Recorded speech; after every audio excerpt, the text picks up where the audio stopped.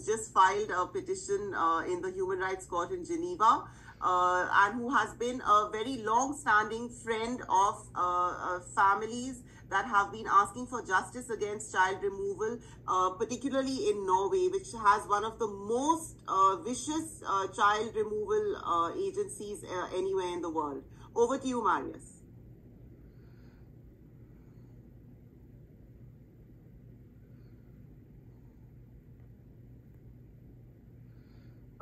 Okay, are you there? That's good. Perfect. Greetings from Geneva. I'm in the General Assembly building in UN now, and really experience how ineffective it is and how urgent it is for, better international organs than what this is. But that's another story. But yeah, good to see you again. 1 year ago, time flies. I have some thoughts about what's been in the aftermath of the movie. Sadly, not a positive message from Norway, because I feel I've been litigating a few cases in Norway since Mrs. Chatterjee, and I feel that the system is upset with us. They want to have revenge because they don't like either the movie or the all the judgments from the European Court saying that Norway is a systematic violator. So basically, what really provoked me a few weeks ago was that the Ministry of Norway was so happy that now they wanted to trade with India on zero-free toll zone.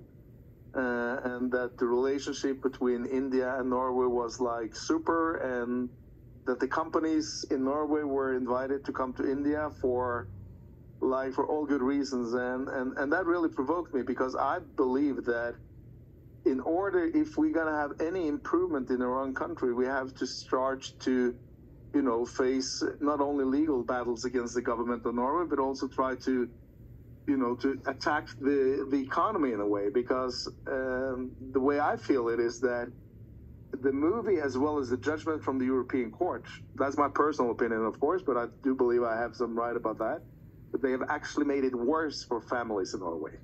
Let's say that I represented a father in October last year who is a perfectly fine father. They managed to flee to Poland. The mother, however, she decided to go back with the child and return it to the child welfare services in Norway. And when the court case was pending in the system, the judge was actually attacking me for the judgment in the European Court, and she was, and this is right, she was also accusing us for Mrs. Chatterjee versus Norway, that was like a propaganda, it was not true, blah, blah, blah, all these things. And the whole story, it was like more a battle between me and the judge, not this poor father. But it ended that this poor father got only 4 visitation rights per year, each time 2 hours.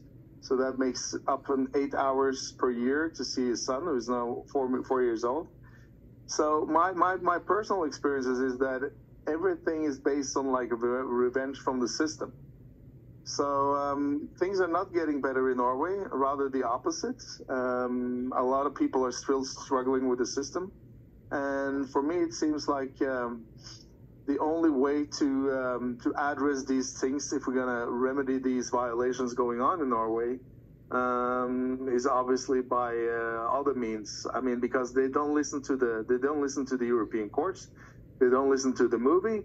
And sadly, even though the movie has been like a success internationally, it seems like the Norwegian authorities, they don't care at all. So that's my feeling a year after, and I'm not surprised, because I've seen this arrogancy for so many years. But sadly, that still attacks families in Norway, immigrant families also.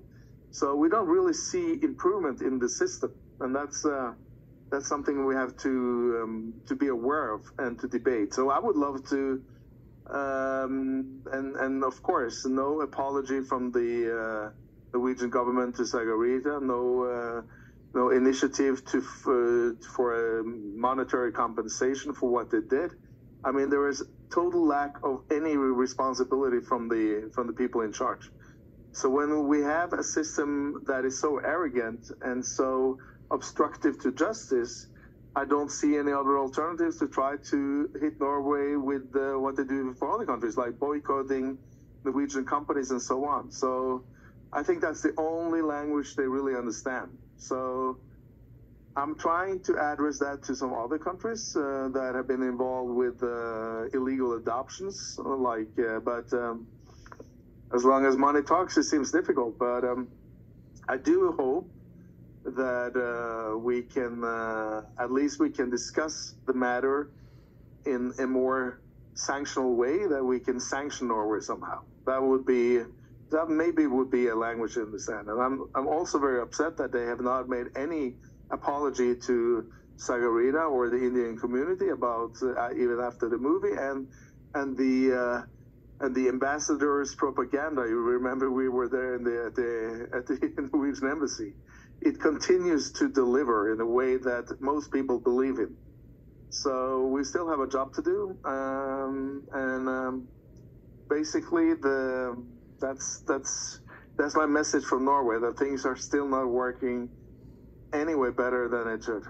So any suggestions how we can hit Norway when they are committing these atrocities to families, but because that's what they're still doing, it would be wonderful. Yeah. Thank you so much, Marius. I just want to tell you one thing. Don't feel so despondent, because it's only natural for the establishment to dig its heels in as a first response, but I want to tell everyone that, you know what, it has now been almost, I think, 8 months. I haven't received a single call, and I've been doing this work since 2012. And from 2013 onwards, I was getting calls, at least 1 call a month, sometimes as much as 3, 5 even, and it's just gone silent. And so what's telling me is that either in a silent way, without acknowledging their mistakes, the system has taken note and is, not misbehaving as blatantly as it was. Or they've said, leave Indian families alone, because they said it's going to be very difficult for you. Or the film has actually helped parents to just be more aware of what, they are facing when they first confront these caseworkers. Of course, all 3 reasons are not good, because, you can't have a situation where you're just taking a sort of calculated decision not to go after Indian families, but being vicious to others. And but anyway, but I do think that this complete silence, and there's been no, I used to get frantic calls, not just from Indian families, but from Afghans and, Spanish women and, Sri Lankan, Bangladeshi, from different countries, different Nordic countries. And it's just completely stopped. Okay. So, Marius, keep fighting. All of us feel this. Because, we are watching a really horrible, cruel, repressive system. And even after so many years of agitating and campaigning, we don't have the kind of, public understanding and awareness. And, like other speakers, Pat, for instance, mentioned that she's not able to go in and support mothers in court by using the banner, "Give us back our children." And this is true. The claim of parenthood or just of the feeling of belonging that comes with family is seen by this child protection ideology as somehow being a very negative thing, and in fact the reason why they need to have these very highly repressive and interfering state agencies. So the first step is always the hardest, and